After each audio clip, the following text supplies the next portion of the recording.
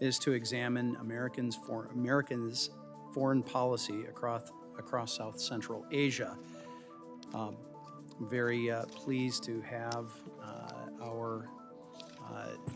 the Undersecretary for South and Central Asia with us. And sorry, I am, excuse me, 1 second.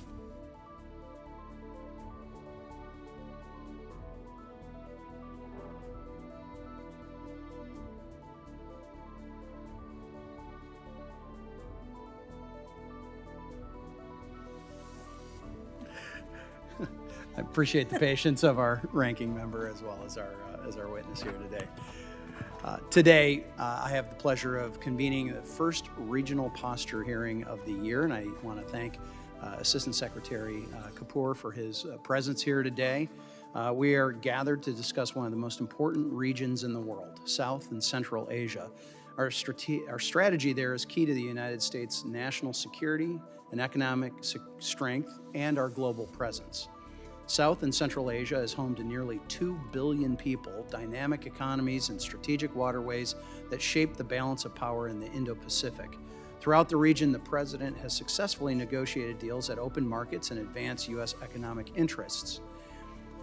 Now we are going to engage, and how we engage will define America's role in Asia for decades to come. China has come to the same conclusion, no surprise. Through its Belt and Road Initiative, China engages in predatory lending to further its security interests and force smaller nations into debt traps. Furthermore, China has hardened its border with India, Nepal, and Bhutan, building infrastructure to support its military aspirations. Despite its distance from our shores, maintaining a free and open Indian Ocean is a priority for our national and our economic security. The Indian Ocean is one of the busiest maritime corridors on the earth, carrying the lifeblood of global commerce and energy, including more than 80% of global seaborne oil trade. Safeguarding these sea lanes through enhanced naval cooperation with partners and allies will only serve to counter China's growing influence and limit its malign behavior in the region. Alongside President Trump, I too see the importance of our naval base on Diego Garcia in the middle of the Indian Ocean. I echo this sentiment that preserving America's military fortitude in the region will deter Chinese coercion, prevent piracy, and ensure the free flow of American and world trade. Directly north of Diego Garcia, India, the largest democracy in the world and one of the fastest growing economies, remains a vital strategic partner. Just last week, President Trump brokered a historic trade deal with India, completely revamping U.S. engagement with the country. The U.S.-India trade deal sets India's tariff rate at 18%, one of the lowest regionally. Moreover, Delhi has agreed to buy more American energy. This deal will strengthen U.S.-India relations, support American workers through manufacturing and joint technology ventures, and boost our exports. Strengthening ties with New Delhi through defense cooperation, trade, and technology partnerships advances our shared interests. I look forward to increasing cooperation, co-production, and investment, especially under the new framework negotiated by the President. Bordering India, Nepal, and Bangladesh are undergoing political transformations. Bangladesh will hold free elections tomorrow, following its 2024 July revolution, which ousted an authoritarian government. In September of 2025, Nepalese youth overthrew the government, and Nepal will hold democratic elections next month. Both of these instances offer new chapters for engagement in South Asia, defining U.S. relations with these new governments. South and Central Asia is a dynamic region. Young, growing populations are more often drawn to Western cultures and values than to China's authoritarian alternative. Strategic U.S.-led diplomacy will make a difference in building alliances and achieving our mutual beneficial goals throughout the region. Our strategy in South Asia must be comprehensive, anchored in strong partnerships, economic engagement, and a commitment to democratic values. Our engagement in the region must advance American interests, but also contribute to a more secure, prosperous, and free Indian Ocean. I look forward to hearing from Assistant Secretary Kapur regarding the administration's South and Central Asia strategy. And with that, I yield back. The chair now recognizes the ranking member from California, Representative Kamlager Dove, for an opening statement. Thank you, Mr. Chair, for your tireless efforts to bring an administration official to testify at a regional subcommittee hearing. And thank you, Assistant Secretary Kapur, for being here today and for talking with me yesterday as well. While we have waited for more than a year for an administration official to publicly testify about the region, Trump has sabotaged U.S. regional interests and decimated our diplomatic toolbox, putting us on the back foot as major changes swept across South and Central Asia. In April, Trump announced tariffs on partners across South and Central Asia, an unexpected economic shock on countries already facing debt vulnerability to the PRC. 50% tariffs on India, one of the highest rates in the world, tore a needless rupture in bilateral ties that sacrificed decades of painstaking trust building between our two countries. Dragging on negotiations for over a year cost us the timely convening of the annual Quad Leaders Summit and weakened our posture in the Indo-Pacific. In May, India and Pakistan fought their most serious military conflict in decades, risking nuclear escalation in a region of 2 billion people. But a reminder of the indispensable role of U.S. diplomacy was overshadowed by Trump's insistence on claiming credit for the ceasefire and offering to mediate the Kashmir dispute. In September, Nepal experienced widespread anti-corruption protests that led to the Prime Minister's resignation and new elections next month. Tomorrow, Bangladesh will go to the polls to decide on a new constitution and choose its leadership for the first time since Sheikh Hasina's ouster. These major political transitions present a rare opportunity for the U.S. to strategically leverage our democracy assistance to support growing regional demand for accountable governance. Yet the State Department's rejection of democracy programming and the decimation of USAID has stripped us the very tools that are needed to advance our interests. Further hamstringing our engagement in the region, in December, Trump took the unprecedented step of recalling career ambassadors in Nepal and Sri Lanka, weakening our diplomatic leadership in two key states. While self-sabotage defines much of the administration's regional policy so far, cruelty most accurately describes its approach to Afghanistan and our Afghan allies. Nowhere in the region have Trump's aid cuts been more devastating than in Afghanistan, where child malnutrition has reached its highest level in a quarter century. The State Department did not even provide life-saving assistance after 2 deadly earthquakes killed thousands of people. Most shameful of all, the State Department is leading the betrayal of our Afghan allies who have been shut off from resettlement to the United States. Secretary Rubio dismantled the Office of the Coordinator for Afghan Relocation Efforts and did not appoint a permanent coordinator, violating the law passed under a Republican majority in 2024. When my bipartisan provision to reestablish the CARE Office made it into the final version of NDAA, Republican leadership yanked it out just days before it was set to pass. On top of that, the administration has created a living nightmare for over 1,000 Afghans stuck in limbo at the Relocation Processing Center at Camp Asila. In fact, when I asked Deputy Secretary Regas about the fate of the Afghans at CAS, he'd never heard of it. Now the State Department is closing CAS and offering payment to Afghan allies who self-deport back to Taliban terror, breaking our promise to provide them a chance at a future in the United States.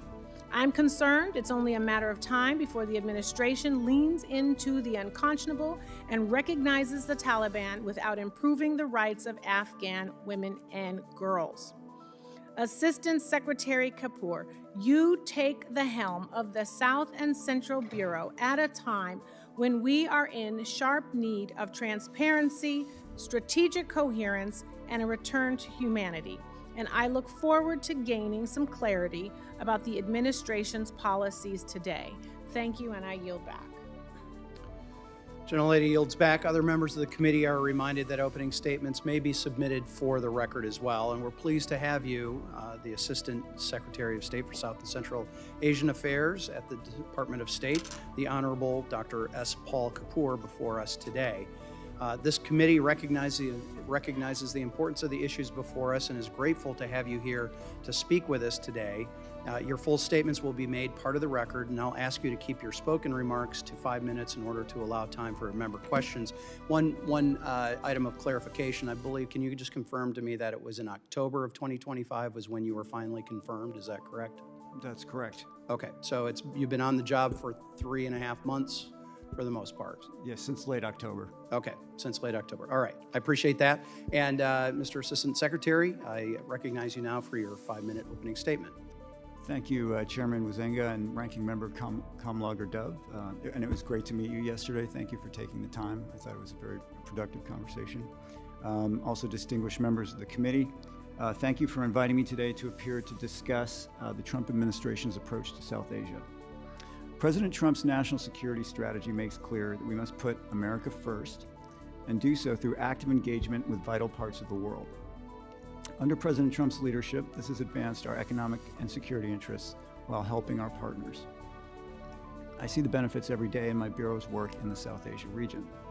Consisting of India, Pakistan, Bangladesh, Sri Lanka, Maldives, Nepal, and Bhutan, South Asia is vitally important. India alone has well over 1 billion people and occupies a subcontinental landmass. A hostile power dominating South Asia could exert coercive leverage over the world economy. The United States must prevent this from happening and keep the region free and open. As Secretary Rubio has said, America first does not mean America alone. To achieve our goals, we must cooperate with like-minded partners who can share the burden. Often, this will require us to help our partners build strategic capacity, enabling them better to integrate into the world economy, preserve their autonomy, and contribute to a free and open region. We have many tools to do this.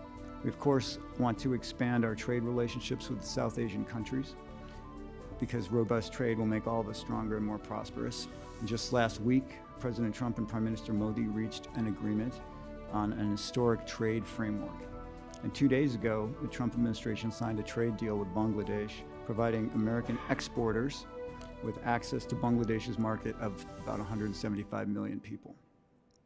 But beyond trade, I would point to 3 broad categories of approach to strategic capacity building that the Trump administration is deploying: defense cooperation, targeted investment, and diplomacy. Defense cooperation includes military sales and transfers, co-development of systems and platforms, and bilateral and multilateral exercises. Targeted investments combine U.S. seed funding, American technology and expertise, and private industry. And diplomacy involves institutionalized touch points between senior leaders, as well as more ad hoc engagements to address an emergent opportunity or challenge, and strategic messaging to support our initiatives. We employ these tools in South Asia as we help our partners build capacity, strategic capacity that is, increase their prosperity and protect their sovereignty, outcomes that make America safer and more prosperous as well. India, with its size, location, and commitment to a free and open region, anchors South Asia, and more broadly, the western half of the Indo-Pacific. The United States and India maintain high-level diplomatic touch points, such as the 2+2 ministerial, and cooperate closely in the defense, technology, and energy sectors, bilaterally and also through the Quad. Cooperation in these areas has remained robust even as we resolved long-standing issues in our trade relationship, as evidenced by the renewed 10-year U.S.-India Defense Framework Agreement, the Trust Initiative, and Indian purchases of U.S. products ranging from drones to liquefied natural gas. Following the trade framework President Trump reached last week with Prime Minister Modi, we can now focus on other shared priorities: lowering barriers to trade with one of the largest economies in the world, and opening the way to even more fulsome cooperation. This will enhance our mutual prosperity and help India to defend its sovereignty both in land and in its maritime near abroad. Pakistan is another important partner in the region. We're working together with Pakistan to realize the potential of its critical mineral resources, combining U.S. government seed financing with private sector know-how to the benefit of both of our countries. Our trade in energy and agriculture is expanding as well. And our ongoing counterterrorism cooperation helps Pakistan combat internal security threats while addressing transnational dangers that could harm the U.S. or our partners.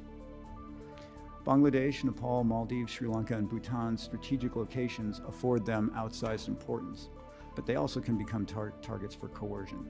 Defense cooperation with the United States helps them to protect their borders and waterways against encroaching powers. And carefully targeted investment can provide these states with high-quality, transparent, non-coercive support for critical infrastructure like ports, telecom networks, and energy portals, helping them to avoid the dangers of debt-trap diplomacy. I've been discussing cooperation between the U.S. and South Asia, but in closing, I'll point to one other important form of cooperation between the administration and Congress on these issues. We both recognize South Asia's vital importance.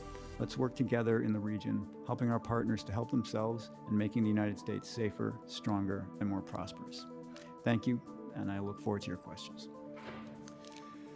We appreciate your testimony, and I will recognize myself for 5 minutes at this point.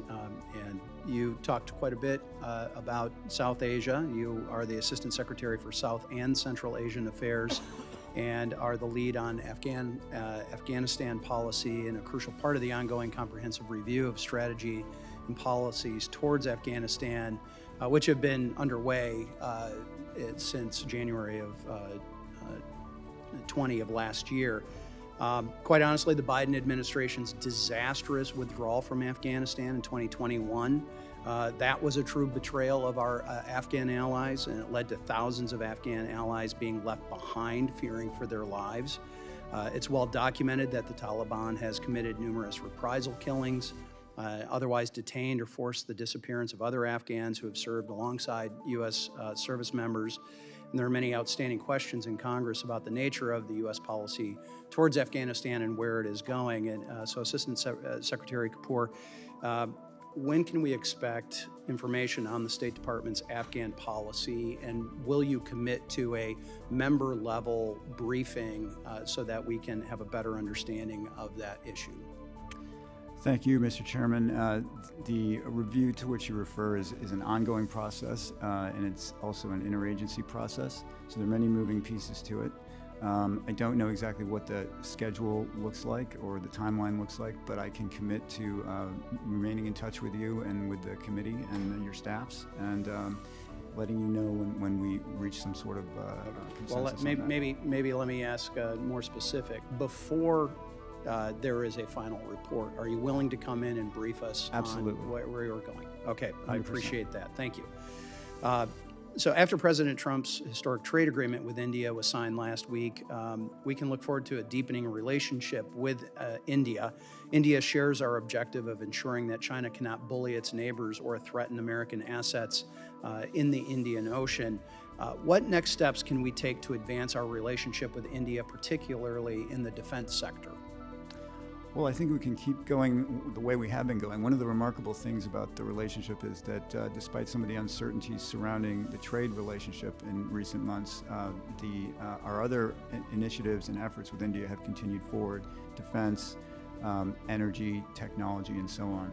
And on the defense side, we have a robust agenda. We just signed the 10-year framework, which is going to help us move forward in interoperability, in joint exercises, and many of the things that we do and have been doing in recent years. So we will expand that. We have also some potential purchases of weapon systems in the pipeline that will help India to protect itself better, ensure its sovereignty. Also will create American jobs, be good for both sides. So we have a number of things in the pipeline, and I think that momentum has continued despite some of the uncertainties around trade, and it's going to continue now even more so because that's the trade issue has been largely resolved.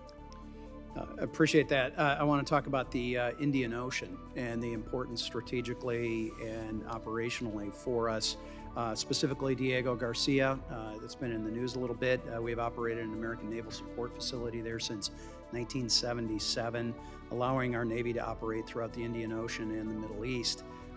It's clearly extremely important asset to our national security. Describe why Diego Garcia is important to our power projection in the region, especially with China growing its influence, and what, if anything, can Congress do to ensure that it stays that way?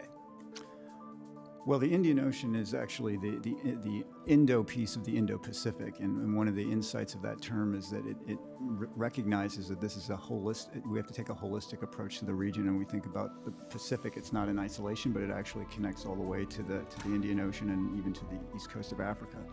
Diego Garcia is in the middle of the ocean, but it's a very important outpost for projecting air power, particularly, and the president has said that it's a crucial asset.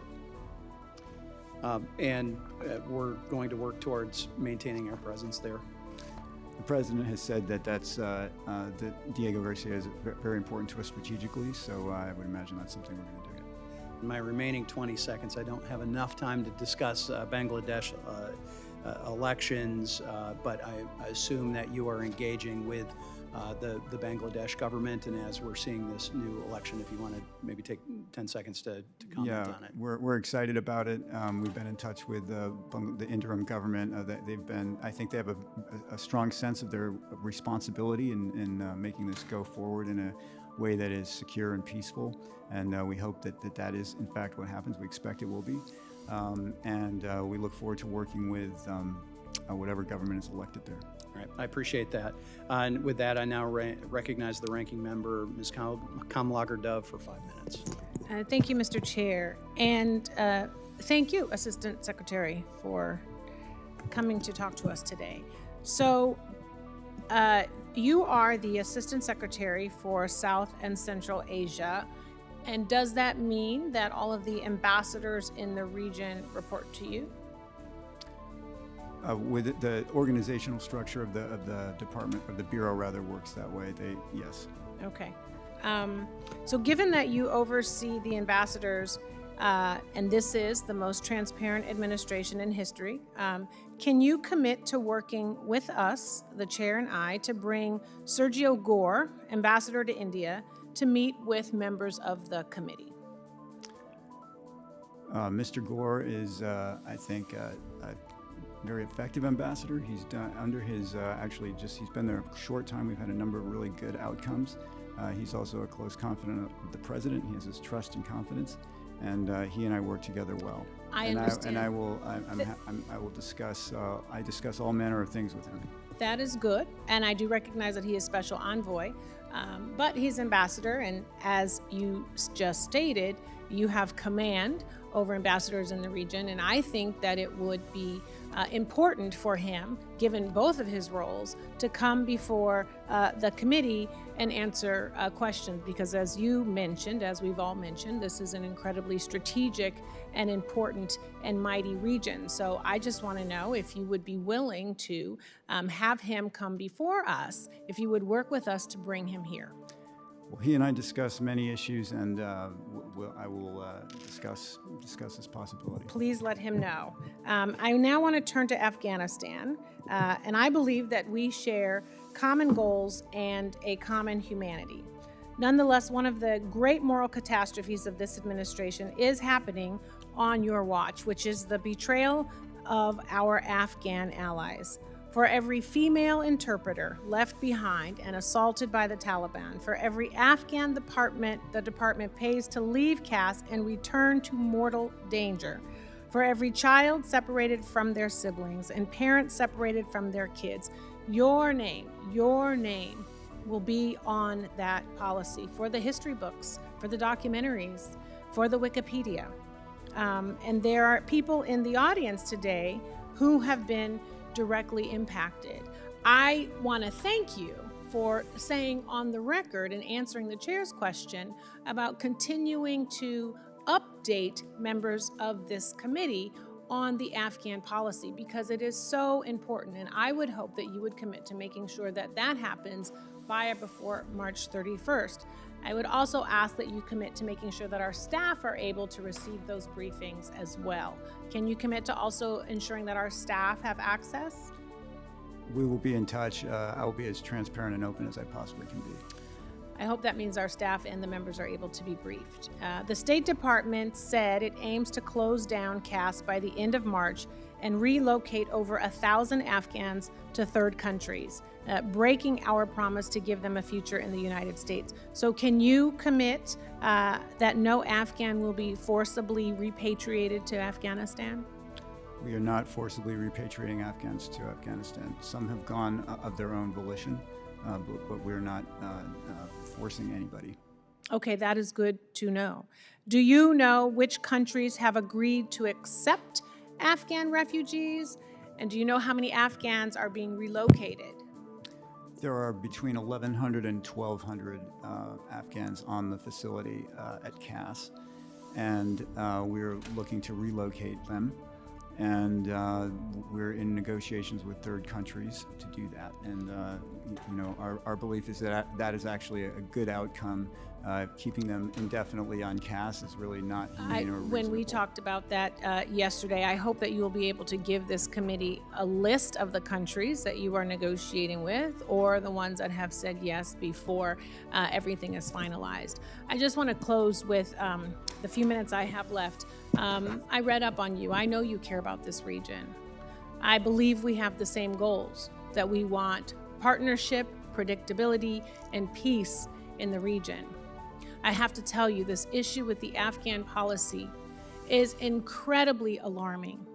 I am serious when I say that this country, that your position will be carrying that legacy. And if those women, if those girls, if those allies are beaten, killed, tortured, murdered, taken by the Taliban, it will be something that you have to answer to.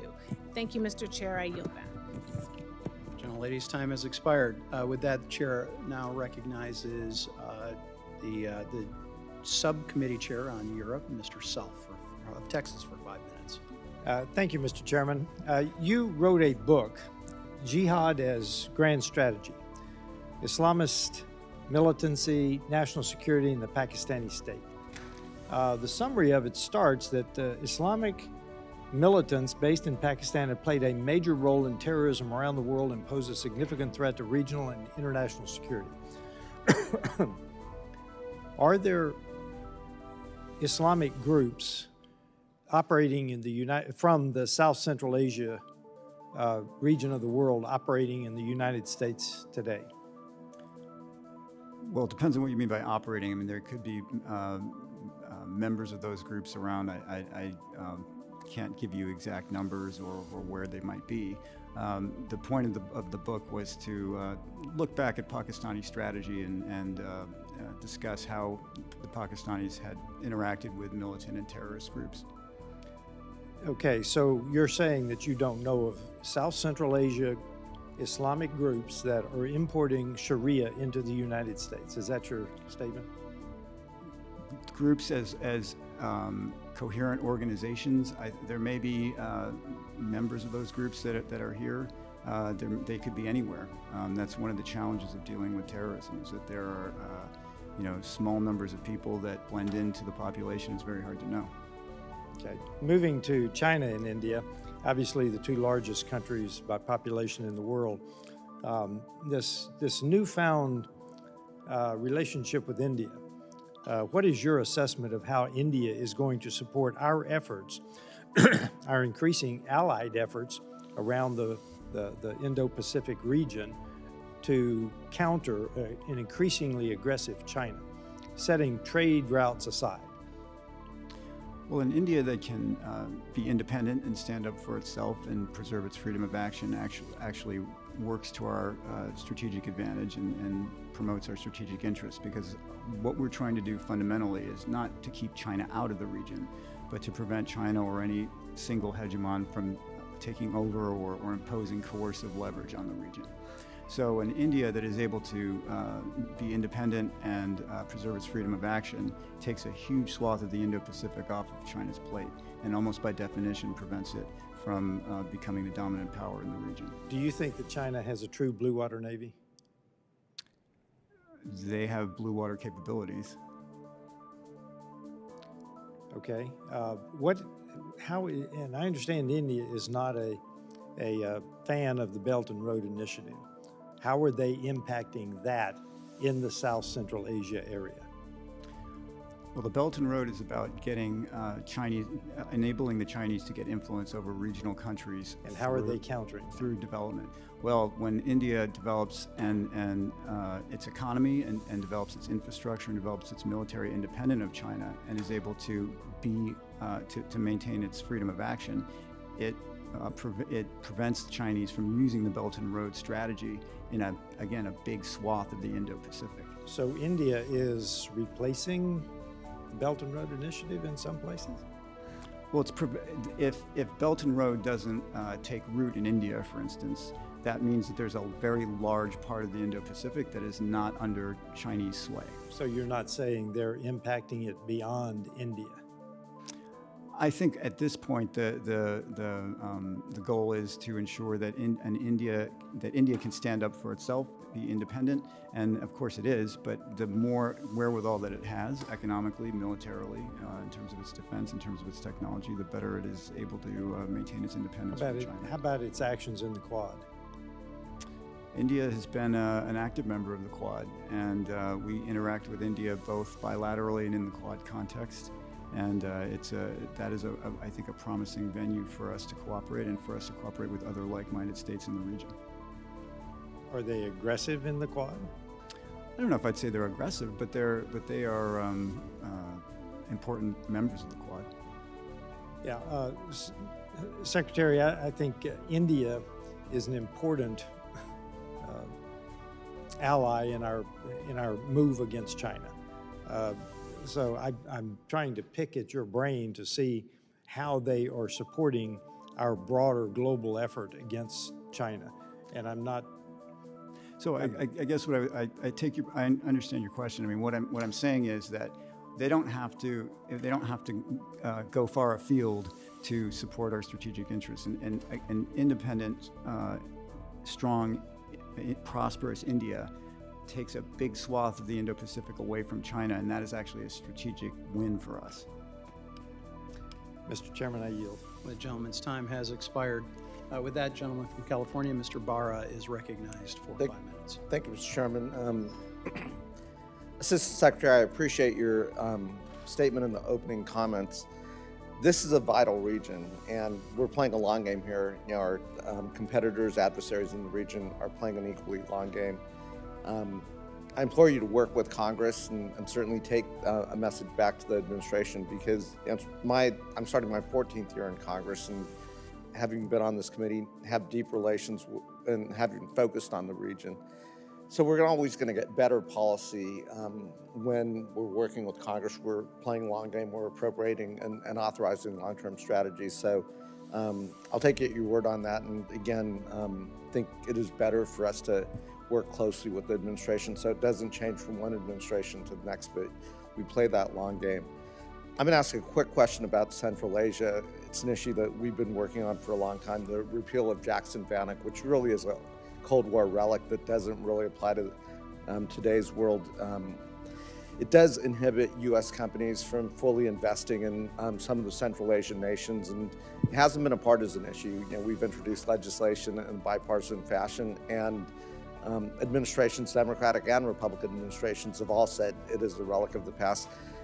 Secretary Rubio in his confirmation hearing also acknowledged that. So I think now's the time for us to fully repeal Jackson-Vanik. They want our companies investing. They're critical minerals, energy resources, et cetera.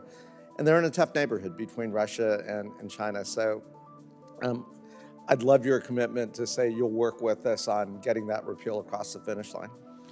Yes, sir. This is a great example of a bipartisan issue, as you point out. We believe that Jackson-Vanik is a relic of the Cold War, as you said. The Secretary has said the same thing, and we appreciate bipartisan support here. Okay, let's get it done. We might have to put a little pressure on the Ways and Means Committee, but I think we can get this done. Let's shift to South Asia and India. I was there in September. The relationship was not a great place at that point. Lots of reasons. I think there was concern about President Trump's, welcoming some senior Pakistani leaders into the Oval Office. Concerns about the 50% tariff I got on a plane on a Friday, landed on a Saturday, and there was an H-1B visa, $100,000 fee. So spent a lot of time addressing these issues, but also spent a lot of time speaking through the media to the public that nothing has changed from a congressional perspective in terms of a 3-decade strategy going back to President Clinton, through President Bush, through President Obama, through President Trump's first term, President Biden, that has deviated our strategy. We see India as a strategic piece of the puzzle in stabilizing the Indo-Pacific. They still see that. We see the economic relationship. So I'm cautiously optimistic about the trade deal. That still a lot of details to be worked through. India is not always the easiest place with their bureaucracy, but it has been an ever elusive trade deal. So again, that would be a place where I would urge you to work closely with Congress. We also introduced a resolution, HRES 880, which is a bipartisan resolution that reestablished and recodified 24 members of Congress, 12 Democrats, 12 Republicans, the importance of this relationship. So again, I don't think anything's changed in how Congress looks at the strategic importance. If you could just give us a quick update. We saw the tensions between India and Pakistan. Obviously, you've studied this region quite a bit. It seems quieter at this juncture, but if you could update us on what you're seeing with relationship to India and Pakistan. Thank you, and I think that was a very insightful summary of the relationship. Frankly, I agree with you that this kind of strategic thinking has transcended both Democratic and Republican administrations, and I would say that this.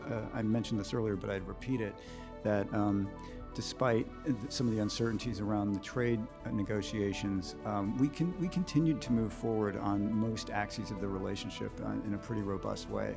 And we got civil nuclear legislation, and we got the defense framework. So a lot of good things happened. And again, hopefully the nuclear, that's always been elusive as well. That's in a better place. I guess just in my last few seconds, the one thing I've pushed the Indians on is I'll take the president at face value that he really does want to bring the Ukraine conflict to an end. The Indians do have lines of communication with the Russians that we don't. This is an opportunity for India to flex some of its diplomatic muscle, get the president a win that he wants. As you interact with your Indian counterparts, if you could push them to use their diplomatic lines of communication to help bring this conflict to an end, and then the post-conflict, I think India can play a big role here. Yes, thank you.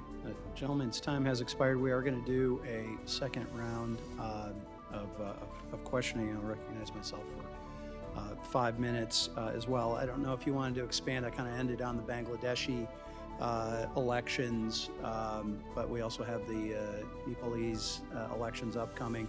If you want to briefly comment on that. And then what I'd like to do is talk a little bit about the strategic issues regarding the Maldives and Sri Lanka, and the sort of the Chinese view of their string of pearls theory of how they are going to spread their influence around the Indo-Pacific.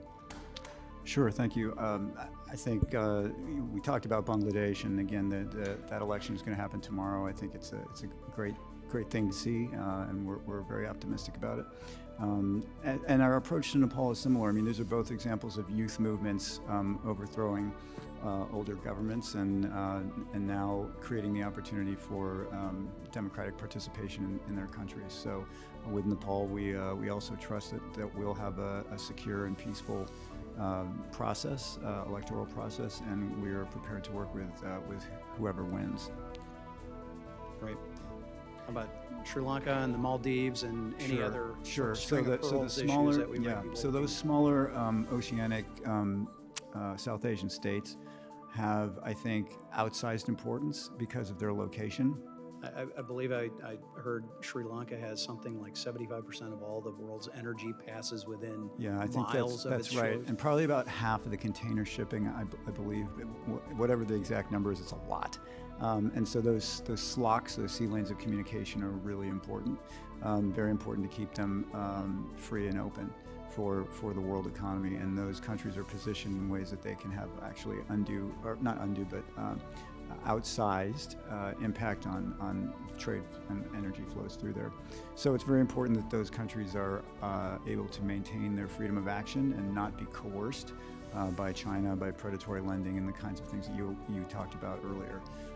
Some of the ways that we can do that is to engage these countries with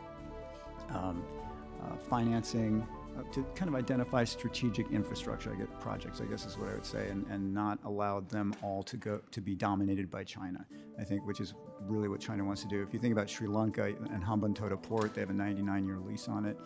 Those are the kinds of dangers that we see with Chinese development schemes. So we need to be able to offer alternatives, high-quality, transparent, non-coercive alternatives, and I think we can do that with our financing mechanisms, our technology, and our private enterprise, our private business, and it's something very important to President Trump to be able to create opportunities for U.S. business. Have we seen some of that same infrastructure in the Maldives, Chinese infrastructure?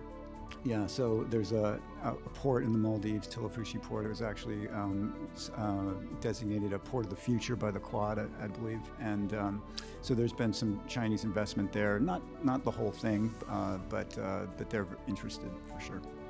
You heard it, folks. He's encouraged us to go investigate the Maldives, so happy to take that suggestion. Well, with that, I do appreciate it, and I will yield back the balance of my time and turn to Representative Self for 5 minutes as if we do have one of our other Democrat colleagues come back, we'll recognize them. But Mr. Self. Thank you, Mr. Chairman. I want to go to Russian oil because the sale of Russian oil continues to fund the Ukraine war. Let's just be honest. So if supposedly India has pledged to cease importing Russian oil, how are you going to enforce that? Because we're talking about, does that include third-party traders, blended cargo, ship to ship, ghost ships? How are you going to enforce that? Well, fortunately, I won't be in the enforcement business. That will be, I think, probably my DOW colleagues will be thinking about, ships that are traveling around. But I think. But then maybe the question for you is, how are you going to measure it? Yeah, I don't know the details of how that's going to be worked out. I'm happy to stay in touch with you about it. But the Indians have been reducing their purchases of Russian oil and diversifying away, which is what we wanted them to do. And they've actually been buying more U.S. energy, and that's, I think, a promising possibility is to substitute some U.S. energy for the Russian energy, but and buying from other places around the world too, of course. Yeah, because we have credible reports. In fact, I don't think there's any question that Russia sold energy to India, who turned around and then exported it to Europe. So and that could be opaque to you. So I think this is important in our efforts to control the sale of Russian energy. Just making sure it doesn't go through a third party through India, even if it doesn't touch Indian pipelines or territory. I think that's an important issue in terms of cutting off the sale of Russian energy. China is also implicit in that. I got it, but India heretofore has been a major participant in that. With that, Mr. Chairman, I yield back. Gentleman yields back. With that, the chair recognizes the ranking member for 5 minutes. Thank you. And I just want to apologize for leaving because I'm doing double duty on another committee. So wanted to get back to the questions around Afghanistan. The State Department has confirmed that it is offering payments to Afghan allies at CAS to self-deport back to the Taliban, using funds specifically appropriated by Congress to support the Afghan relocations. I know you said that some are going voluntarily, but do you know how many Afghan allies have accepted payment so far? I believe it's in the neighborhood of 150, but I can check on those numbers for you. Okay, great. And how many of those individuals were trying to reunite with family members in the United States? I don't have that number for you. Okay. Could you when we have our briefing. Would love it if you could. I will see what I can find in terms of numbers. Great. And do you know how many of the Afghans who took the payment and self-deported, do you know how many of them are still alive? I don't know individual cases. All right. That would also be great, because I think one of the things that we are interested in is how we are supporting our allies and making sure that obviously if they're going back, voluntarily or not, that they are alive. So Congress passed a law requiring the appointment of a coordinator for Afghan relocation efforts in 2024. And in July, Deputy Secretary Regas told us that the coordinator would be the new SCA Assistant Secretary. So Mr. Kapur, are you the new coordinator for Afghan relocation efforts?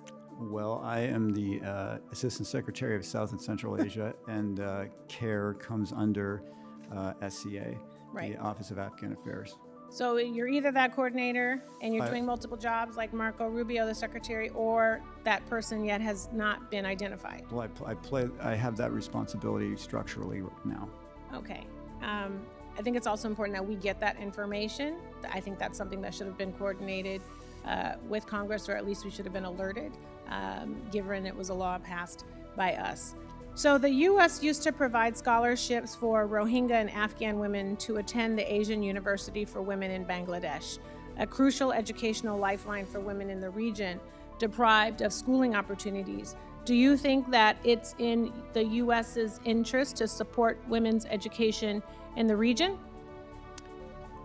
We support then that women and girls should be educated just like boys and men. So would you consider resuming U.S. support for the university? I don't know about the particular case of the university. I know that we support scholarships for Afghan girls and women to study. We also have a virtual program that I think is beamed into Afghanistan, and so it's located outside, so it doesn't benefit the Taliban. But we do take that seriously, and I certainly believe that girls and women should be educated. I'm glad that you do, and I actually think that educating women and girls, it tends to be a bipartisan issue, and so it would also be great to get that information. As you can see, we have been waiting for someone to come before this committee and answer some questions that will help us in how we are engaging with our partners in the region and putting our best foot forward. And it's hard to do that, as we shared with you, when there's no one here and when we don't get a call back and we can't get briefings. So the Quad, I think, is very important, and how we can get it back on track. From your perspective, are there issues that need to be resolved as preconditions before the United States participates in a Quad Leaders Summit? I think the Quad is a very important platform. It has done well. It was defunct in, I think, 2017 when it was kind of revived during the first Trump administration, and it's grown in importance since then. And it's a platform that enables us to connect and cooperate in unique ways with our like-minded partners. We were talking about India earlier in the Quad, and India's been an active participant, but we can promote our humanitarian, tech-related, defense and econ-related and trade-related interests. Also, supply chains. If you don't mind, I want to make sure I get my last 18 seconds in. But Sure. I appreciate you saying all of that and sharing those examples, because I think it underscores that you believe that the Quad is very important. I was concerned that it's only mentioned twice in the 2025 National Security Strategy, so I hope you can lean in your role and remind everyone else how important the Quad is and how strategic it is to the work we're trying to do in the region. Thank you, and I yield back. General Lady's time has Sir, expired. could I just respond very briefly to that? Very briefly. Yeah, so I would just point out that the Quad's important to us, and Secretary Rubio's, I think his first engagement when he became Secretary of State was in fact a Quad engagement, so it's important to us. And he should come back and tell us all about it. You should tell him he should come back and tell us all about it. With that, I want to thank you, Assistant Secretary Kapur, for your very valuable information and testimony and for answering members' questions. Members of the subcommittee are reminded if they have additional questions for the witness, They can submit those in writing to the chair. We will pass those along and ask you to respond to those questions in writing. And pursuant to committee rules, all committee members have 5 days to submit statements, questions, and extraneous materials for the record, subject to the length limitations. And without objection, the committee stands adjourned.